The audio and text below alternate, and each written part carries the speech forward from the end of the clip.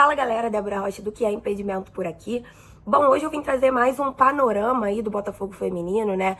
Porque o jogo contra o Flamengo na última quinta-feira, foi ali quinta-feira à tarde, logo depois do Luso Brasileiro, eu fui pro Newton Santos, onde teve o jogo do masculino. Minha sexta-feira também foi lotada, não consegui fazer um pós-jogo ali, né? Logo depois da partida. Então, como já esse vídeo vai ser postado no sábado, vim trazer mais um panorama com a derrota pro Flamengo na última quinta-feira por 3-2, onde os gols do Botafogo foram marcados por Itacaré e Kellen. Itacaré, inclusive, que fez um gol e uma assistência na partida, foi titular aí pela primeira vez.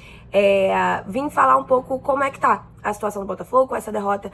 As Gloriosas entraram na zona de rebaixamento, também porque o Fluminense venceu o Santos fora de casa. Com isso, o Botafogo está em 13º lugar com 7 pontos. O Internacional, que vem logo atrás, tem 4 pontos, mas tem um jogo a menos, né? O jogo contra o São Paulo foi adiado por conta das chuvas no Rio Grande do Sul. Então tá na hora de ligar ali o sinal de alerta para as Gloriosas. Na verdade, já passou da hora, né? O próximo jogo do Botafogo é contra ninguém mais, ninguém menos do que o Corinthians, que é o líder do campeonato e é o melhor time quando a gente se fala de futebol feminino, né? O Botafogo vai enfrentar o Corinthians no estádio Newton Santos na próxima segunda-feira, às 4h30 da tarde. Sei que o dia e o horário são horríveis para a presença da torcida, né? Mas quem pudesse fazer presente, a entrada da torcida tem sido feita pela Leste Inferior, totalmente gratuita, é só chegar e apoiar as Gloriosas. Apesar de ser um jogo muito difícil, o Botafogo ainda não ter conseguido fazer valer, né, o mando de campo, jogar dentro de casa, conquistar uma vitória dentro de casa, pode ser que as Gloriosas surpreendam,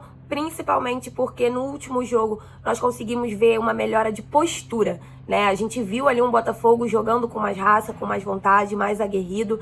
Inclusive no último jogo teve uma mudança tática na formação tática. O Léo Goulart escolheu ir num 3-5-2, com as 3 zagueiras ali atrás, Silvana, Nalon e Karen jogando, Chay e Bruna mais abertas, né? Mais como alas, inclusive para se defender, jogava num 4-5-1, em que a Bruna, lateral direita, que descia para a linha de 4, a Chay permanecia ali na linha de 5 do meio de campo. Eu acho que, inclusive, isso favoreceu bastante o jogo da Chay. A assistência para o primeiro gol da Itacaré veio dela, veio de uma bola em que ela lançou. A Chay, na minha opinião, ela vinha deixando muito a desejar defensivamente falando. Então, a opção para a Bruna descer para a linha de 4 na hora de se defender também foi muito por conta disso. Acho que, inclusive, em alguns momentos do jogo, principalmente em momentos de transição, né, em que o Flamengo retomava a posse de bola e ia pro contra-ataque, a Bruna não estava conseguindo muito acompanhar. E em alguns momentos, acho que a Silvana, que era a zagueira mais próxima, que estava ali mais próxima da Bruna, deixou a desejar na hora de cobri-la. Acho que o segundo gol do Flamengo, inclusive, foi num momento desse de transição, em que a Silvana podia ter ido cobrir a Bruna e a Bruna correr para dentro, né, em vez de tentar correr acompanhando ali quem descia pelo lado do Flamengo. O segundo gol, inclusive, foi de cabeça depois desse cruzamento de uma atleta Gisele, que tem 1,52 m, literalmente. O primeiro gol foi um golaço de falta e o terceiro gol foi um bote ali que a Karen dá de primeira na Cristiane. Pô, não dá pra dar um bote na Cristiane de primeira. E aí ela consegue enfiar a bola pra Fabi Simões, que faz o terceiro gol. Tudo isso foi no primeiro tempo. O primeiro tempo terminou em 3-1 pro Flamengo. E assim, os gols do adversário saíram em momentos muito específicos do jogo, né? Em jogadas muito específicas. E por muitas vezes tomadas de decisões erradas das atletas. Então, assim, eu vejo muitas pessoas, né, nas redes sociais falando da necessidade de um treinador de nome, porque o Léo Goulart veio do Sub-20 e tá como técnico interino. Esse foi o 4º jogo dele. E algumas coisas, gente, não dá pro técnico entrar e fazer pelas jogadoras. Por exemplo, as tomadas de decisão. Uma coisa eu já vi de mudança desde que o Léo assumiu, esse é o 4º jogo dele no comando, mas eu vinha sentindo as garotas, as atletas, muito sem chamar responsabilidade, muito sem vontade, muito acomodadas nas partidas. E nesse jogo contra o Flamengo foi a primeira vez que eu vi uma mudança de postura. A gente teve ali algumas jogadoras titulares, né, como novidade, como por exemplo a Itacaré, que eu já comentei, a Natane, que é a artilheira camisa 9, foi bancada por opção mesmo.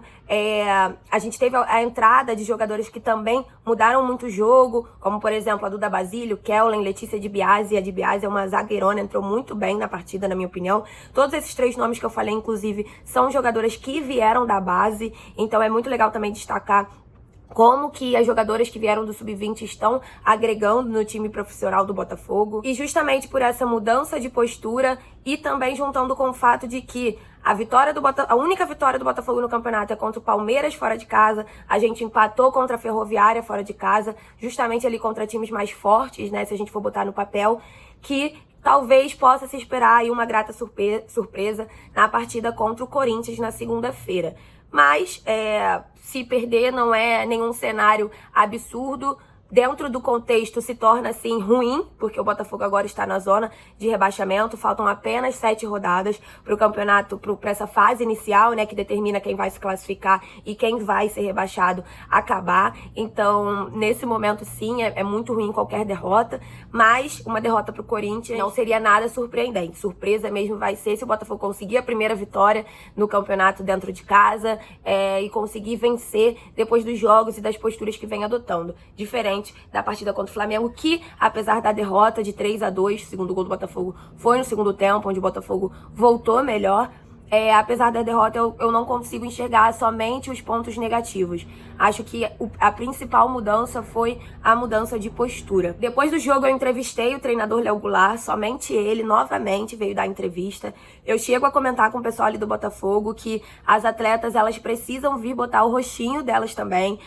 Tem a capitã, seja a Adriele, que tem um jeito mais tímido, né, e é a capitã do time. Se ela não quer falar, tem que ter alguém ali que seja escolhida para vir falar. Há muito tempo, nenhuma jogadora vem falar.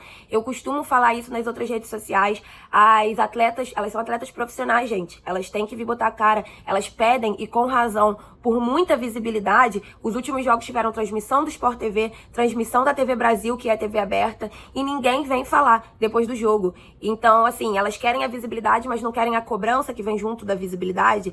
Elas só querem o bônus, não querem o ônus. Então, assim, tem que vir falar, tem que vir botar a cara. Mas, mais uma vez, somente o treinador veio falar. Então, vamos conferir a entrevista com o Léo Goulart no pós-jogo de Flamengo e Botafogo. Léo, boa tarde. Para hoje, você adotou ali um sistema diferente, né? Um 3-5-2 atacando, um 4-5-1 defendendo, onde a Bruna descia. Queria que você falasse um pouco como você analisou isso, porque, na minha opinião, no segundo gol especificamente do Flamengo, eu achei que a Bruna, ela tava nítido, pelo menos de onde eu tava vendo o jogo, que ela não ia conseguir acompanhar na corrida. Acho que a Silvana, inclusive, poderia ter ido lá cobrir. E aí eu senti que a Bruna, ela ficou um pouco sobrecarregada, digamos assim, durante a partida, principalmente no primeiro tempo. Queria que você falasse um pouco se você também enxergou isso. A gente vê que o Flamengo atacou muito ali por aquele lado. E o que você achou, já que hoje foi um sistema, uma formação diferente? Não concordo, não acho que ela ficou sobrecarregada, não. Acho que ali é um lance de transição, muito mérito do Flamengo conseguir tirar a bola da zona posicionada muito rápido.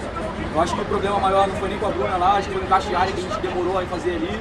A bola entra com 3 jogadores nossa dentro da área, mas nenhum defendendo a zona que a gente estipulou no treinamento. São correções que precisam ser feitas, são correções que precisam ser ajustadas. De modo geral, acho que nessa mudança de comportamento, de sistema, a gente conseguiu colocar novos comportamentos que não vinham acontecendo, um pouco mais de vontade, mais jogadores no setor da bola, conseguindo cobrir melhor.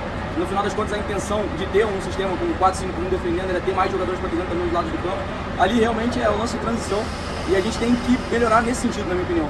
Porque muitos dos gols que a gente tem sofrido são lances de transição, são lances que o adversário consegue recuperar a bola, trocar de zona muito rápido. A gente tem melhorado, tem trabalhado muito essa questão do pós-esquerda, de reagir rápido, mas é coisa que a gente precisa ir acrescentando e melhorando. De modo geral, na análise do sistema em si, eu acho que a gente foi melhor do que a gente vinha sendo nos últimos jogos. Perfeito. Na substituição da Itacaré pela Natânia, foi mais ou menos ali aos 25 do segundo tempo. Itacaré estava com um gol e uma assistência na partida. Foi por questão de cansaço ou opção mesmo? Foram duas situações, na verdade, uma um pouquinho também porque a Gabi já estava muito desgastada. A função no 4-5-1 ter uma jogadora só balançando ali na frente, depois de atacar profundidade, é uma situação que desgasta muito fisicamente o jogador.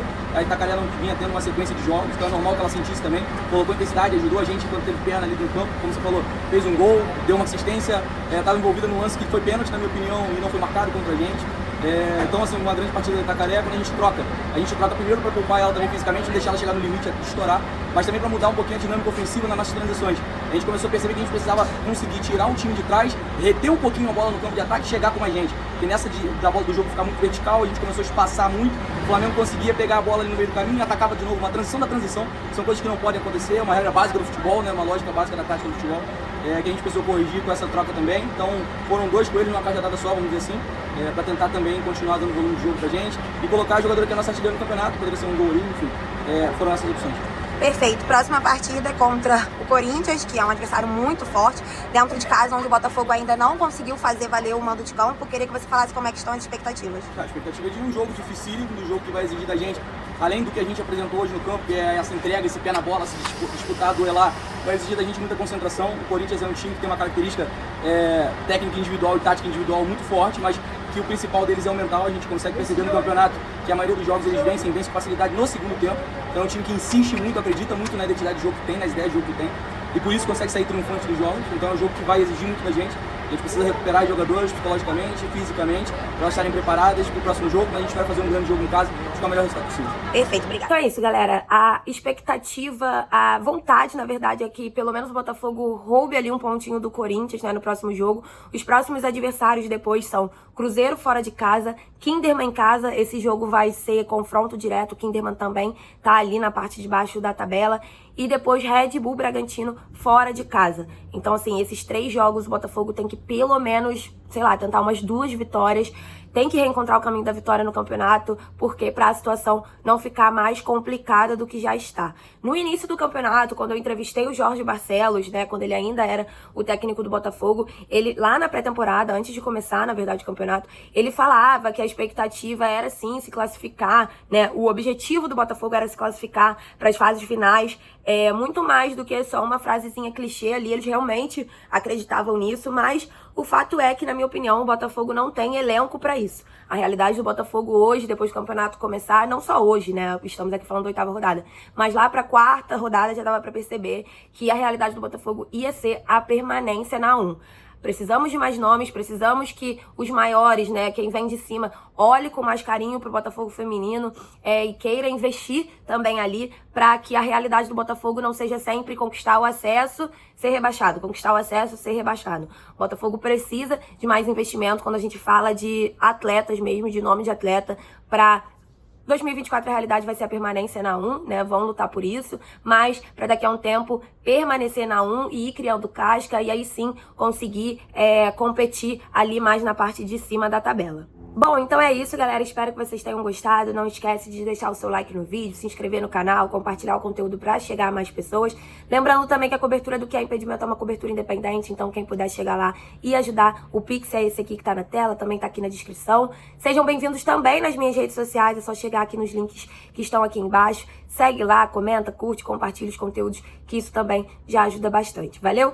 Até a próxima segunda-feira, tô lá no estádio Newton Santos, cobrindo mais uma vez as Gloriosas.